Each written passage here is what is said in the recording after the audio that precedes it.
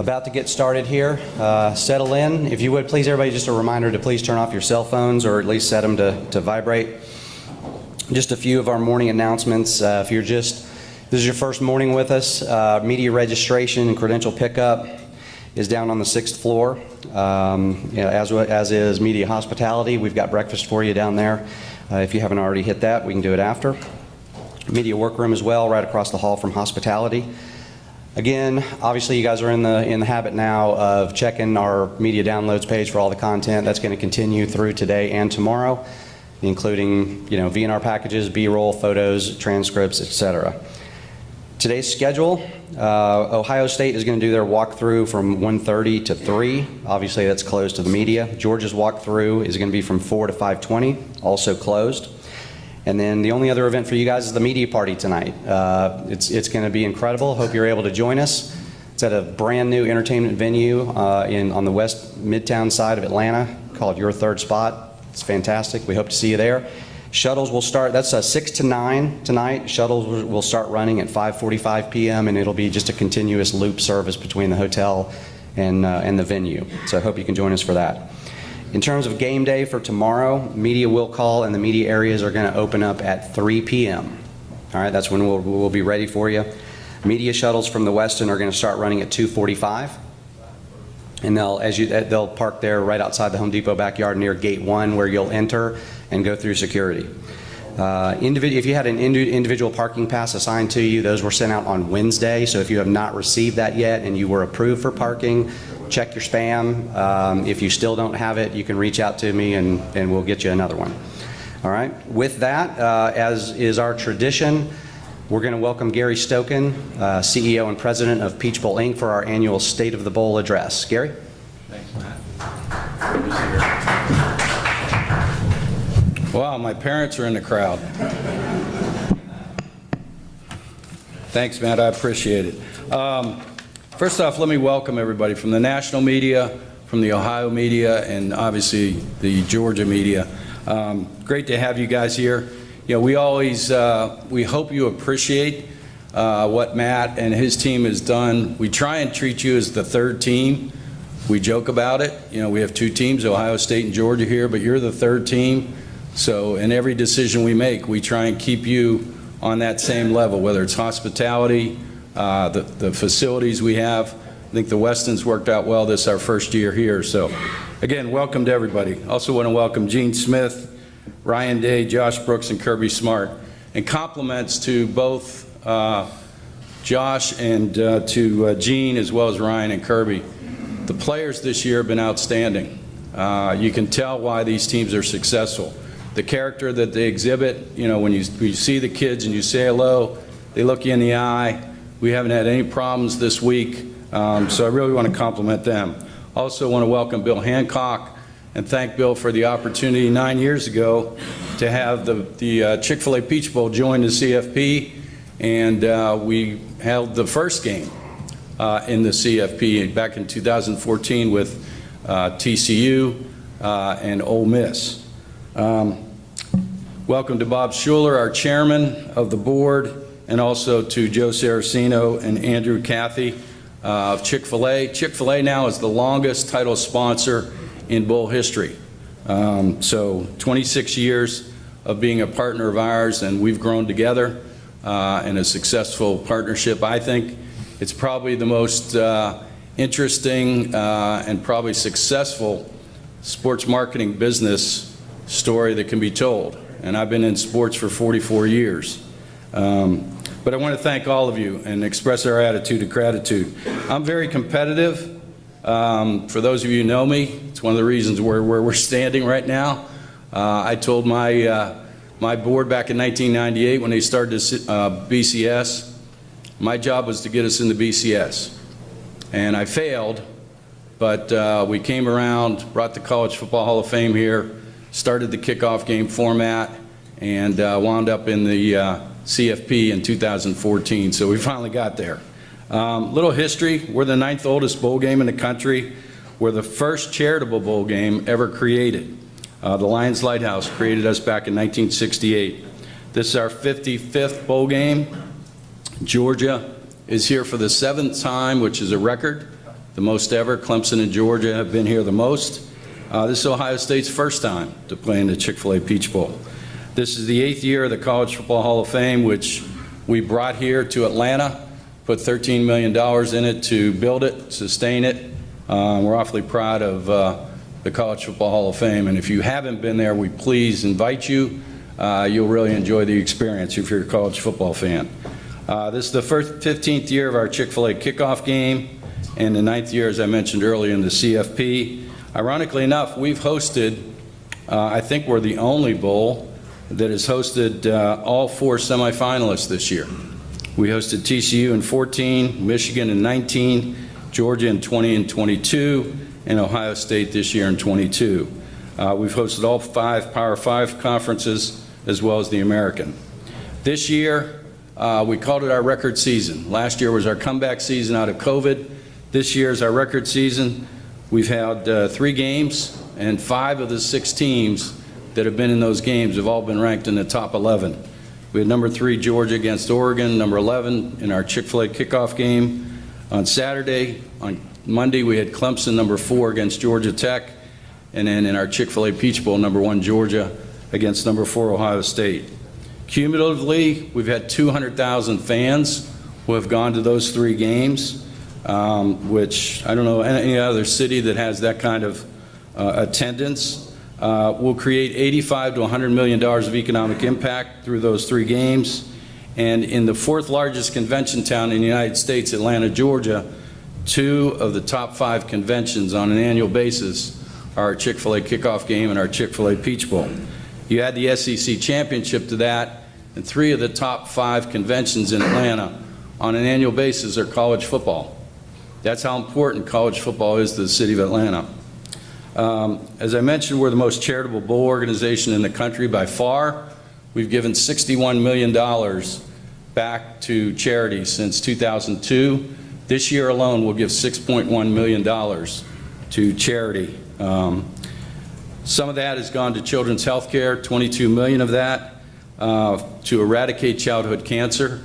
We have created the Peach Bowl Legacy Fund, and right now we have 12 trials that are actively taking place with 31 children in those trials to find a cure, find a treatment from everything from neuroblastoma to leukemia, to give the kid another day, give the kid another year, give the kid a lifetime. So that's awfully important to us. Those patients are in 5 different hospitals around the country. By 2025, the plan is to have 100 patients in 10 hospitals involved in that process. And you know, it's difficult when you're talking about childhood cancer. All these trials have to be tested in animals, then tested in adults because of the toxicity levels, and then finally you can test them in children. We also are going to give $100,000 to both Ohio State and to Georgia in an endowed scholarship for playing in this game. $50,000 from us, $50,000 from Chick-fil-A. That adds up to $8.5 million now that we have in endowed scholarships in the John Lewis Legacy of Courage Scholarship Program, which is at 34 universities, and $300,000 this year went from those endowed scholarships to 39 Title I students. And Title I students are kids from underprivileged cities that don't have the opportunity to pay for college. So those go to kids from Atlanta. If there's no kid from Atlanta that applies for those schools, then it moves on to the rest of Georgia. So we're humbly proud of that. And a lot of these kids, this is the first kid in their family that has the opportunity to go to college. So we're changing kids' lives and families' lives generationally. We also are proud to announce today that we're giving $100,000 and extra yard for teachers through the CFP is matching that to give $200,000 to Atlanta Public School System for their special education teacher program. So we appreciate CFP's partnership in that process. Extra Yard for Teachers does a fantastic job impacting teachers and kids throughout the country. We also place $150,000 in academic coaches in every one of the Atlanta public inner city high schools. and they work with the kids to get their their ACTs up, their SAT scores up, as well as their GPA, so they can graduate, get their scores up, so they have the opportunity to go to college, and then they can apply for those scholarships. The last thing, we do commit $250,000 to Lions Lighthouse and Lions Club International. They founded us, and we're very happy and humbly proud to give back to them. They do eye screening with elementary school kids, where these kids don't have insurance, eye insurance, and we just tested an elementary school in Atlanta inner city. There were 50 kids, and 28 of the kids needed to see an optometrist. So we go on and get them glasses, and they all of a sudden turn into a different kid because they can see better. So what's the future hold for us? 2024, we'll start the season with Georgia versus Clemson. We'll host the CFP quarterfinals in the Chick-fil-A Peach Bowl, and then at the end of that season, Atlanta will host the national championship game of the CFP and be the only city that's hosted twice in the first 12-year contract of the CFP. In 2025, we'll host South Carolina versus Virginia Tech and Tennessee versus South Carolina in our 2 kickoff games. And then at the end of that season, we'll host the CFP semifinal at the Chick-fil-A Peach Bowl again. So you can see why, with the Hall of Fame, the SEC Championship, the Celebration Bowl, which is the HBCU National Championship game, why a lot of people call Atlanta the capital of college football. So in closing, this is my 25th year as CEO and president of Peach Bowl, Inc. I remember back in 1998, we hosted Georgia, who was unranked, playing Virginia, and we were called a third-tier bowl game. So it's very rewarding, and I want to congratulate our staff, which is the best in the business, the best volunteers in the bowl business, the best board. We have the best venue, the best city and state to do this, the best title partner, and the best fans who consistently sell us out. We now have sold 22 of 25 games for sellouts. So hosting the #1 in the country, Georgia, 25 years later from that 1998 when we were called a third-tier bowl game is awfully rewarding to all of us. So with that, I'll wish you a Happy New Year and hope that all of you enjoy the journey. Thank you.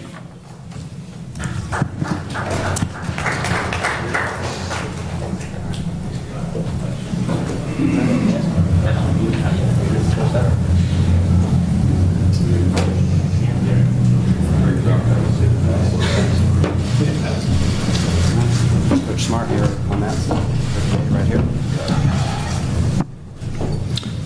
All right, at this time, we're going to welcome our head coaches. Joining us now is Ohio State Buckeyes head coach Ryan Day and Georgia Bulldogs head coach Kirby Smart. We'll start with opening statements with you first, Coach Day, and just give us your overall experience. How has Bowl Week been for you, and maybe how does that compare to other bowl trips you've had in the past? Yeah, it's been a great week for our guys. Got down here Christmas night and have had a great week. I think everything here has been very convenient for our players. Staying over at the Omni and then just making the quick trip over to Mercedes-Benz Stadium, right around the corner. A lot of times when you're at a bowl trip, you spend a lot of times on buses moving around. Didn't happen this week. We were able to kind of get in and out of places very fast. Our guys have enjoyed their time here in Atlanta, but had a great week of practice and certainly looking forward to this game. All right. Coach Smart, same for you. Tell your Bowl Week experience. Yeah, it's a tremendous honor to be in this bowl game. I've been a part of this bowl game multiple times as a player and coach. I think Gary Stoken and his staff do a tremendous job. First class in every phase of it. Our players have enjoyed Atlanta, a lot of them from this area. Very convenient, like Ryan said. I can remember bowl games where it's 30-minute rides, 20-minute rides from location to location. You never deal with that here. So the efficiency of things has been tremendous.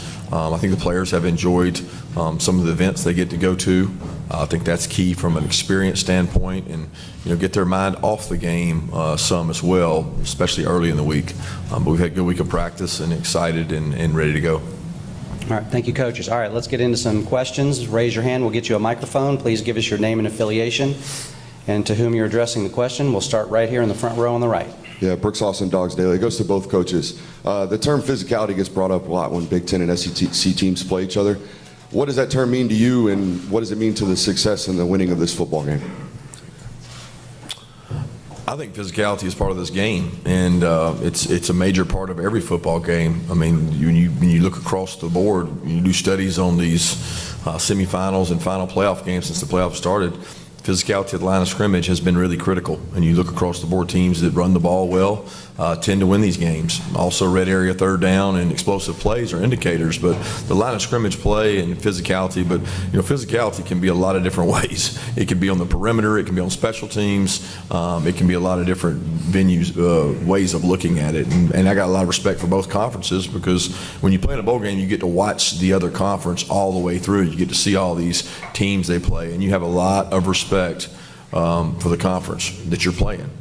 They have great physicality in that conference, always have, and we respect that.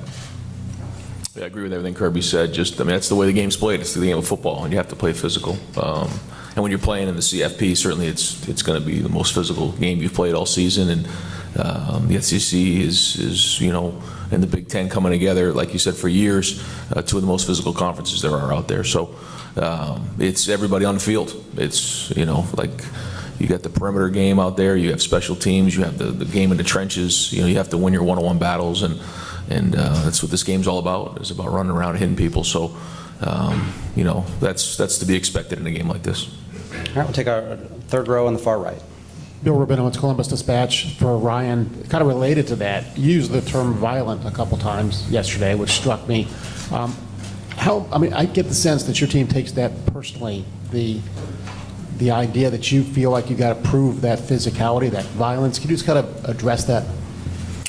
Well, again, playing in the CFP, you're going to be playing football at the highest level, and this is going to be an unbelievable environment and electric atmosphere, and playing a Mercedes-Benz, and again, playing in the CFP, it's going to be that type of atmosphere. Our guys know that and understand that, and that's what you're going to get in a game like this. So our guys have been practicing that way and preparing that way so that we can play our best football. But we know that that's the type of game it's going to be.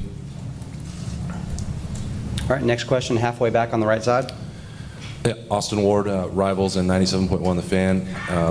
Ryan, I know that you don't necessarily consume a lot of Ohio State media, but did you make an exception for Paris's story, and what did you think of it? Paris Johnson is just a tremendous young man, and I did read his letter. I think that's why we get into coaching. I think in today's day and age, there's a lot of things that happen. There's a lot that goes into it, but to spend time recruiting Paris during that, like he said in his letter, Urban started recruiting him, and then I came in and kind of took it over, and then Paris, and his mom went on that whole journey to go, see a lot of different schools, but ended up back at Ohio State. And then to see his growth, what he's done on the field, off the field, his impact at Ohio State has been tremendous. And that's the reason you get into coaching, is to have an impact on young people, and winning just allows you an opportunity to do that more and more. And, proud of him, and I thought it was well written. All right, next right here in the front row on the right. Evan Kroll, Dawgs Daily. This question goes for both coaches. These two programs have a lot of history, and they are often in the same circles, recruit the same caliber of players annually in the top 5, but haven't matched up in a while. What does it mean to both of you to finally be able to step in between the lines and have these programs face off against each other? All right, Coach Smart, with you, please. Well, I'm excited for our kids and our opportunity. The two brands of both programs speak for themselves. I think everybody in the country knows the kind of football they've played and we've played here recently, and it's really about them. It's not about us as coaches. It's about the opportunity for the players to go out and play in what's going to be an incredible environment, and that's what you choose to go to Ohio State or Georgia for, is to play in games like this. So I'm excited and happy for them. And I have so much respect for what Kirby's done and what he's built, and winning the national championship last year, and certainly his team's played unbelievable this season. So, when you look at the beginning of the year, you say to yourself, okay, where are we going to see ourselves in December? And this is the exact situation we saw ourselves in, and we knew that Georgia would be right here, and they do an unbelievable job of recruiting and coaching and playing. So, here we are. All right, next question, all the way back on the left side, please. Yes, Dom Taberry, WBNS TV in Columbus. For both coaches, beginning with you, Coach Day, what concerns you the most with the Georgia defense? On the other side, Coach Smart, what concerns you the most with Ohio State's offense? Yeah, anytime you get to this level of football, you're going to be playing against complete teams, and Georgia's defense is complete. They have really good players in the back end, very, very talented, highly recruited, and been developed at a high level with tremendous scheme. And then when you go into the front, athletic linebacker who can run sideline to sideline in their front is powerful. So, you see the statistics, you see the way they played all year. So they're a complete defense. But, when you get to this level of the CFP, that's what you're going to get, and that's the biggest challenge. So, we have to execute at a high level. All right, next one was over here. Okay, yep, there we go, back here. Yeah, Clay Hall, ABC 6, Fox 28, Football Fever in Columbus. To both coaches, could you talk about the standards and expectations of your respective programs and how you've adjusted to the pressure that's involved with that task? Yeah, there's always been pressure, so I don't know that there's an adjustment to pressure. There's just so much pressure from year 1 to year 7. The expectations don't change. We embrace that. The standards that are created through the players that play there, and we've had a really good leadership kind of over the last 6-7 years, and they've created a standard for the younger players to emulate, and that's going on now. I talk every day to our guys about, if you're a freshman or sophomore, find the guy you think works hardest and does it the right way and emulate him, and this success will continue. There's no entitlement, and you work really hard at what you do, but the standard doesn't change. Players change, and each year maybe your identity changes, but the standard doesn't change. All right, next right here. Ryan, could you speak to that? Sorry. Yeah, same thing. I mean, the expectations at Ohio State and Georgia are at the highest level, and we embrace that. Our players embrace that. That's why you come to Ohio State, is to be in situations like this and playing games like this and go compete for national championships. So we talk about that in recruiting. We identify those who look to achieve that and want to be elite, and then like Kirby said, in your team, you build that culture of passing down a legacy to the younger guys so that continues, and that's been going on here for a long time at Ohio State. Okay, third row on the right. Mark Weiser, Athens Banner Herald. Kirby, we saw you and your players doing yoga at the end of practice yesterday. Is that part of your typical game week, and what do you see as the benefit of it? Yeah, we've done that every Thursday the entire season, and we didn't want to change that tradition. The players have embraced it. We've cut practice on Thursday throughout the year to go down on their GPS numbers, and so Caroline Ward, who her husband's one of our physicians, team physicians, she does the yoga, and the players really like it. It makes them feel better, a little more refreshed. So I think it's important recovery standpoint. All right, over here, fourth row on the right. Go ahead. Joey Kaufman, Columbus Dispatch. Ryan, we saw Mayan back at practice yesterday, and he wasn't feeling well early in the week. How's he look? How's he feeling the day before the game? Yeah, back to practice yesterday, so he'll be ready to go. Here we go. Hey, Allison Mastrangelo, WSB in Atlanta. Kirby, we keep talking about how some of your guys have been here before. So what have you seen from the guys that have kind of been through this playoff run? And maybe we've noticed maybe leadership, characters that you've seen from them this week. Yeah, I think the guys that came into this season as leaders that had played quite a bit, they've been that way throughout. I don't know that it's been any different for the 28 days since our last game. They certainly have a lot of experience, but I don't know that there's an Ohio State player or a Georgia player right now that doesn't have experience that's played in 12 or 13 games. The season is your experience, and coming into this season against Oregon, I would have said we were an inexperienced team, but we have experience now, and so do they. So you draw on those experiences of playing your interconference rivals, and we both teams have done that. All right. Third row on the left here. Doug Lesmerises, Cleveland.com for Ryan. I know you're focused on your game, but there's two Big Ten teams playing in semifinals. That idea What have you seen from the Big Ten in your time as a head coach in terms of the overall level of play? And what do you think it means for the Big Ten to have both Ohio State and Michigan in semifinals this year? Well, I think it's very important for the conference to have two teams in the CFP. I think the level of play in the Big Ten has improved, over my time as the head coach. Week in and week out, you have to bring it. And the challenge is that you play 9 conference games in the Big Ten. So, there's very good coaches, very good players, the very physical conference. And so, you have to be able to sustain throughout November because of the 9 conference games. And for some teams, they play a non-conference. That's really 10 conference games that you play. And with the physicality of the conference, I think it's deserving to have 2 teams in the CFP. All right, next we'll go front row on the right. Yeah, Brooks also with Dawgs Daily. It's for both coaches again. You guys are obviously strangers on the field, but you bump heads all the time on the recruiting trail. C.J. Stroud most notably, Kojo Antwi, Damon Wilson as of late. What have you learned about your opponent, I guess, on the trail, and maybe something you admire or have taken from them?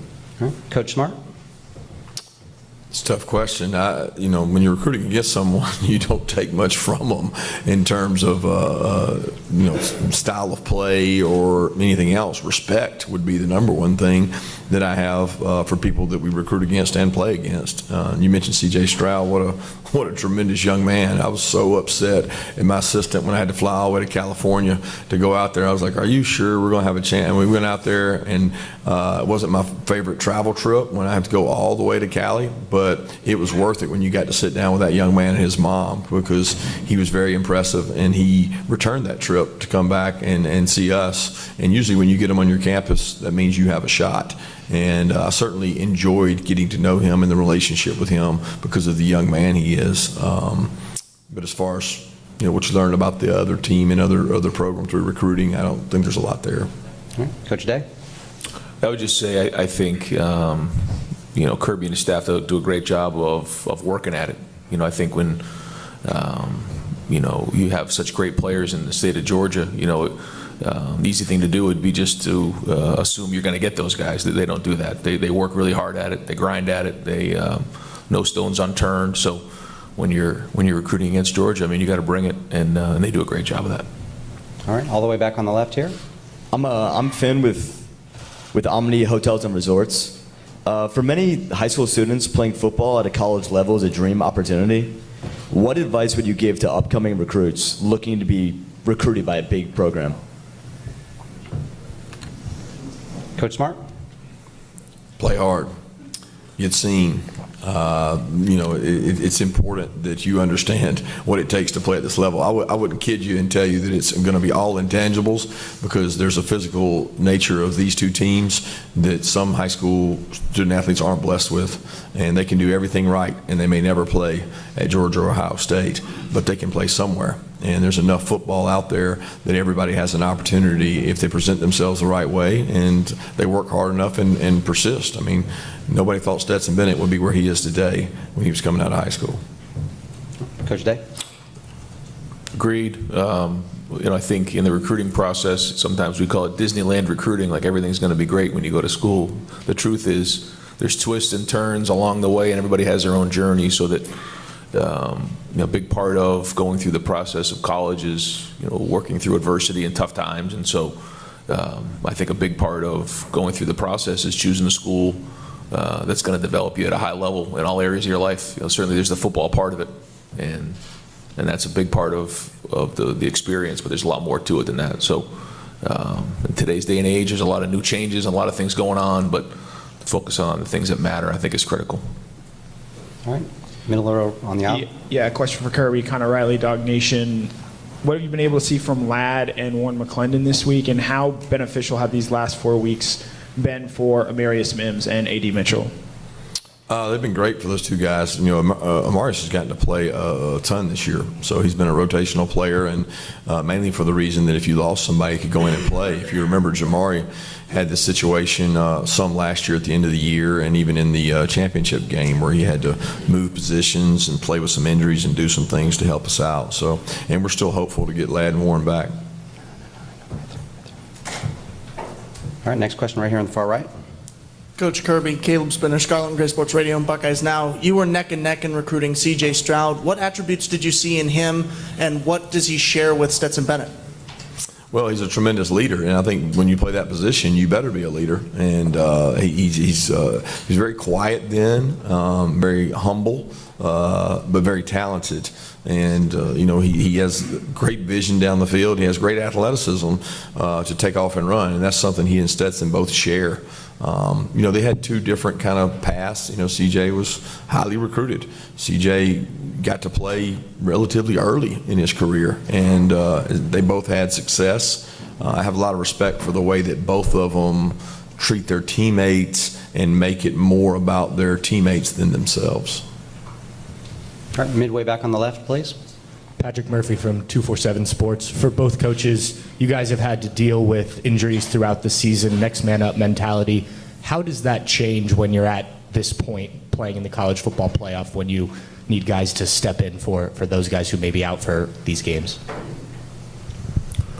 Yeah, I don't think it changes. When you're into this part of the season, you certainly have a month to get some guys healed up, but that's college football. You can't pick up somebody on waivers. You got to develop young players and bring them along. And this time has been great because bowl practice is very similar to spring practice, where you can get young players a lot of reps and a lot of good work. So you continually use this time, the spring practice, the preseason, to build your depth, so that when you need to fill a guy, or fill a spot, you can do that. And this time of year, there's always those opportunities for players to do that. So it doesn't change.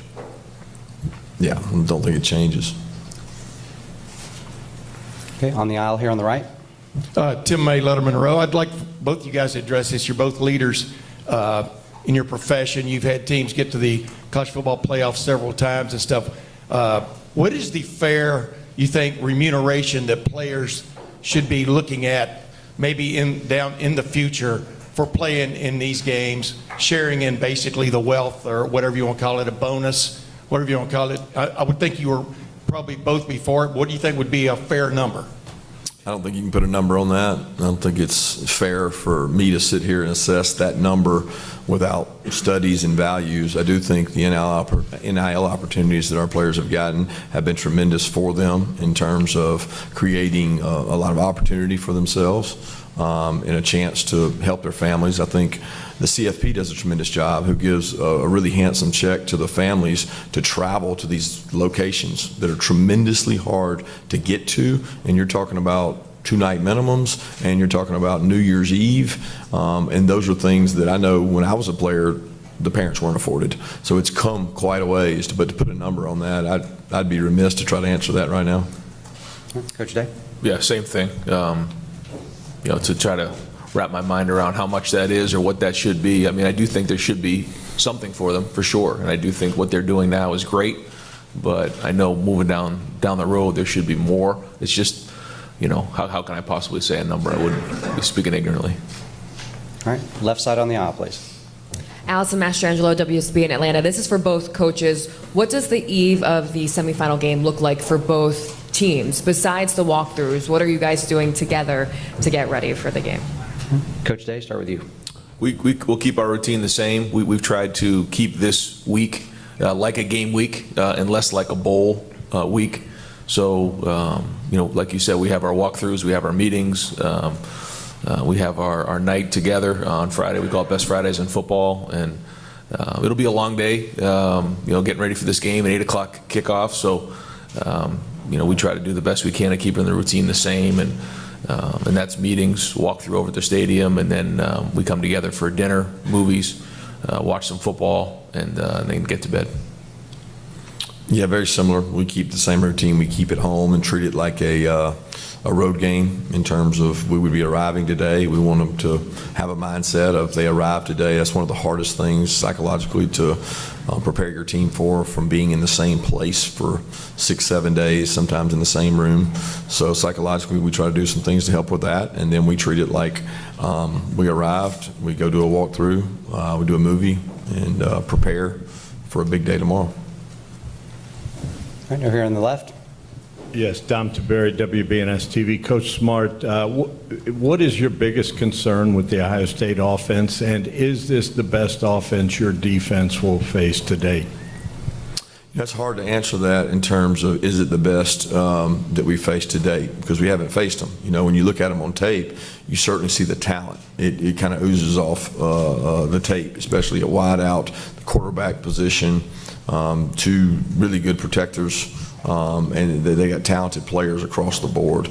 A tight end who I have a lot of respect for. I think is one of the best tight ends we faced all year. So they got a guy that can distribute the ball and get it to them. So it's a very, very talented team. When you talk about concerns, it's trite expression, but it's the same concerns every game we play.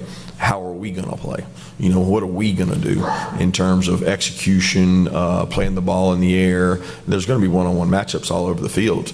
You got to win those one-on-one matchups. And when you're playing Ohio State, you got to be disruptive. You know, you got to affect the quarterback some kind of way, because if you don't, he's very accurate. He's a very accurate passer that knows where he's going with the ball, and when you give him free access with a quarterback like that, they can wear you out. So, but most games come down to the same thing: turnovers, explosive, red area, third downs. I mean, it's what the greatest indicators are of winning. All right, midway on the right.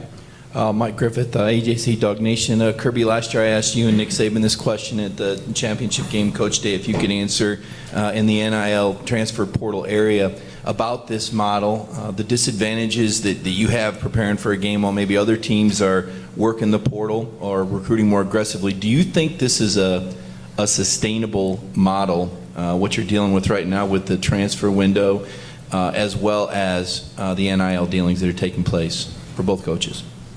Yeah, it's sustainable. I don't think there's any question, is it sustainable, because there's nobody that's going to weep and cry for the teams that are playing in the playoff because they're playing in the playoff. There's nobody that feels sorry for us. I mean, we get advertisement galore on ESPN. We get opportunities like this. Our kids get to play in front of the largest viewership. The value you get in that in terms of recruiting or transfer portal, if that's what you choose to do, then you get plenty of time to do that. Everybody has time demands that plays in bowl games, and if you're not playing in a bowl game, you probably got other problems that you're concerned with too. So the model is what it is. I think we can all complain about it and say there's things that I wish were different.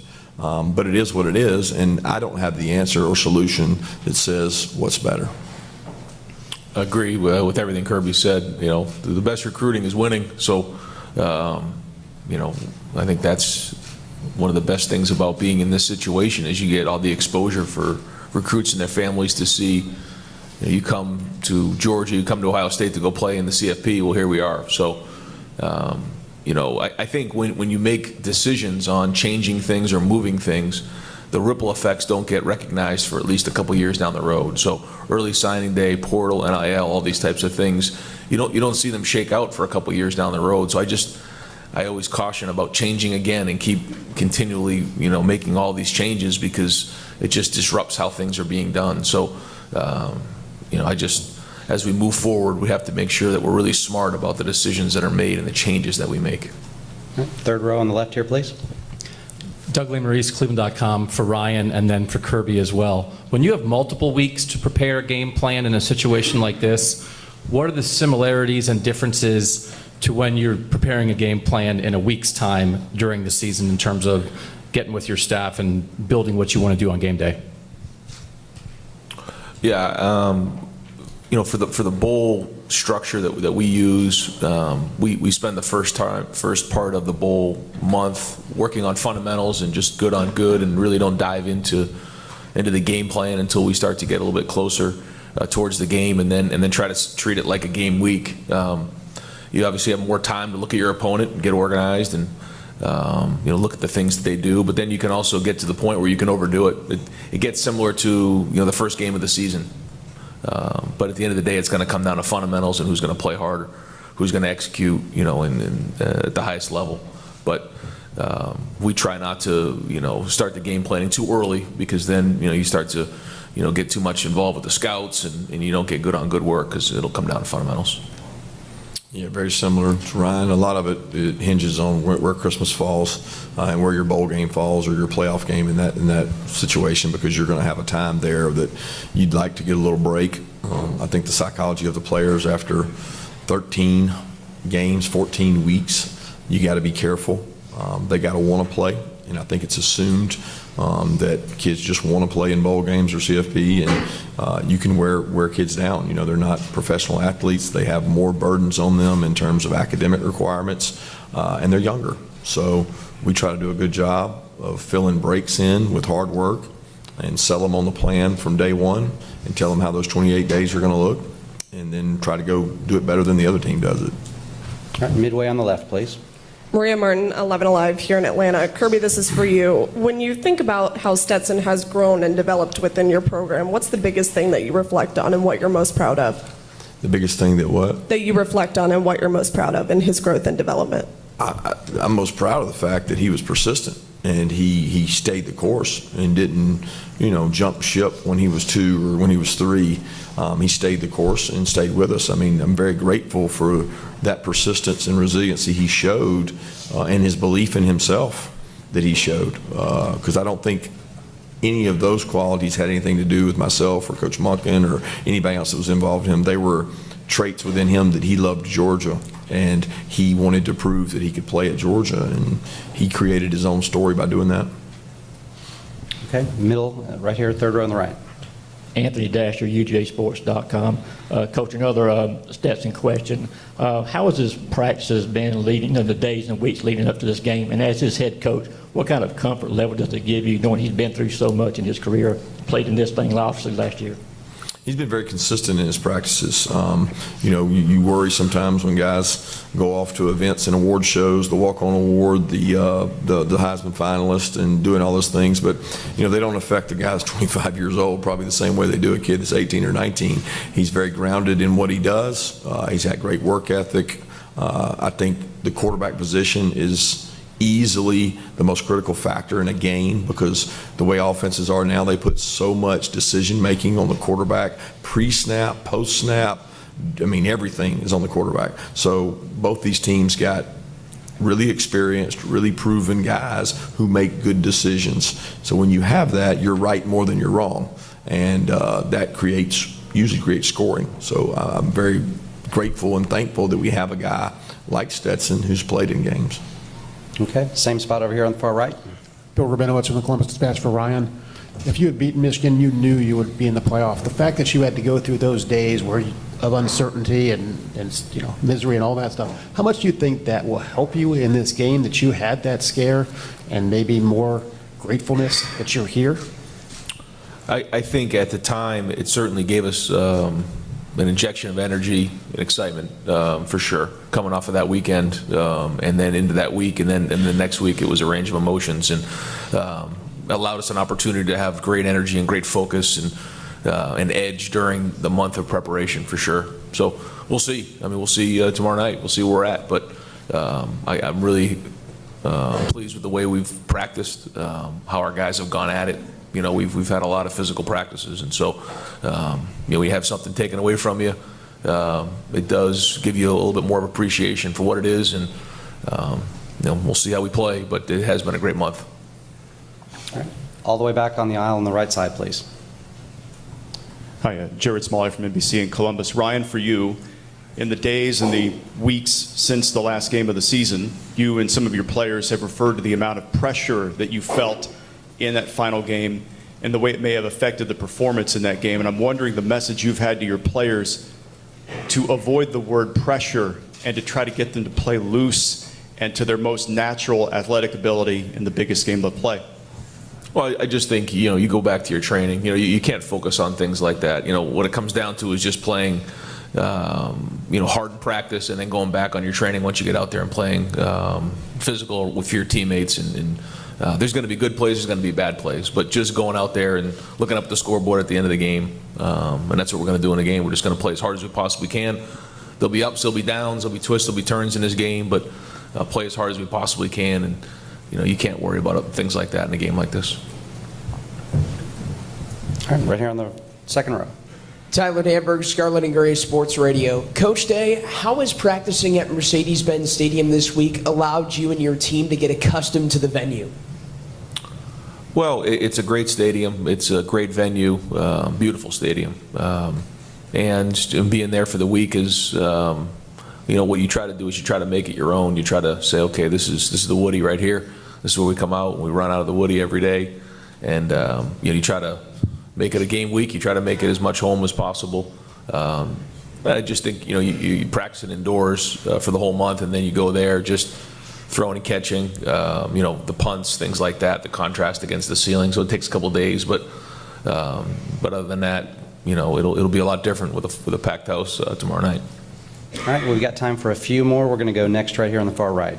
Caleb Spinner, Buckeyes Now, Scarlet and Gray Sports Radio. To both coaches, this could be your final appeal to recruits in terms of what your guys are able to do on the field. What are you looking to send them in terms of a message of why they should come to your school? All right, Coach Smart, start with you, please. I don't really think of it as a recruiting appeal. I think of it as a service to the kids who are with us. And the guys that are with us and have given so much, and I look at guys across the board, whether it's Cedric Van Pran or all these leaders, Kenny McIntosh, who waited his turn behind all these phenomenal backs. And I look at it as an opportunity to go out and play well for them. Most of recruiting for this season is done. I know you're always looking to next year, but what those kids see in one game, it'll be a small window. I do think it's important that we do this for the guys on our team, not necessarily for the recruits. Yeah, I would say recruiting never ends, but this game is about these players.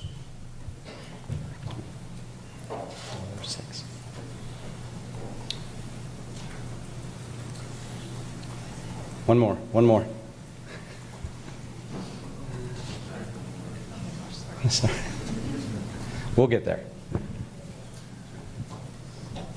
Ryan, Nathan Baird from Cleveland.com. For Ryan, just you talked about that, ending the season the way you did, getting to now. Anything that you learned about this team through that process, or any individuals that sort of revealed themselves as being different, or having a new leadership qualities that helped you push to this point? Well, I think you know who the leaders are, and who the guys are that we turn to. And I think those guys have done a great job. They've had a voice. I won't point one or two guys out because we got a great group of guys. And again, at this point, there's not much more to talk about. We've had a great month. The guys have done a really good job, and so now it's time to go play the game. All right, time for maybe one or two more. Where are we going next? Next question? All right, over here on the far left on the aisle. Rob Mickle, Big Ten Network. Coach Smart, when you look at the Ohio State wide receivers, what do you see from Marvin Harrison Jr. and the talent and the depth of that group? Elite ball skills, playmaking ability. Those guys grew up under a system of wideouts that were just tremendous. And you look at it and say, if I get to play behind some of the guys they've had, the training they've had, who they've been able to watch. And across the board, they've got size, physicality, ball skills, vertical speed, all the qualities you want in wideouts. They recruit wideouts at a high level, and you see why when you see the guys they're playing with now. All right, we'll take our final question midway back on the right, please. Yep, Bill Troche of Sporting News. This is for Kirby.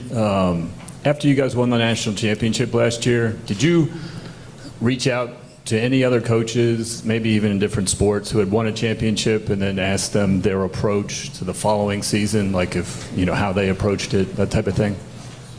No, we have a couple in-house sports psychologists that we talked about how the mighty fall, and some business structures, the blockbuster model, and some different models where ego got the best of organizations in the business world, the corporate world, but didn't reach out to many coaches. I had experiences at Alabama, and I knew the kind of year it would be. It's always a little tougher to bring everybody back to home base. It was much easier for us this year because we had so many players leave, and we had a hungrier young team.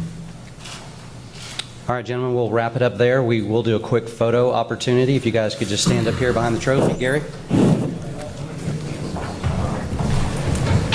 Good job, Brian. All right. Okay, so we're going to start with the stills in the front, please. All right, guys in the front, if you could get your shot and then kneel, please.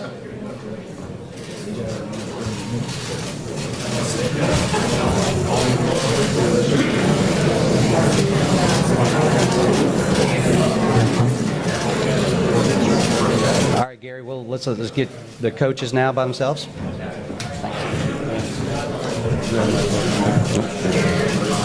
Thanks.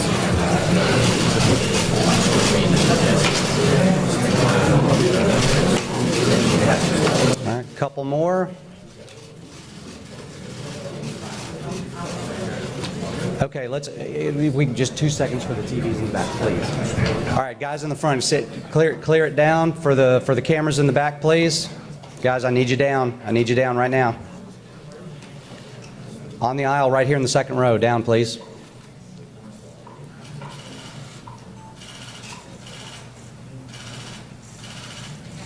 All right, that'll do it. Thank you very much, gentlemen. Thanks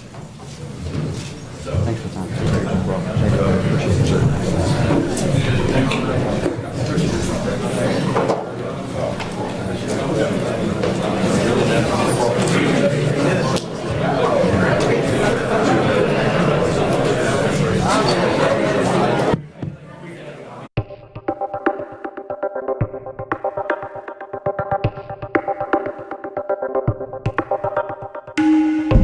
Thank you.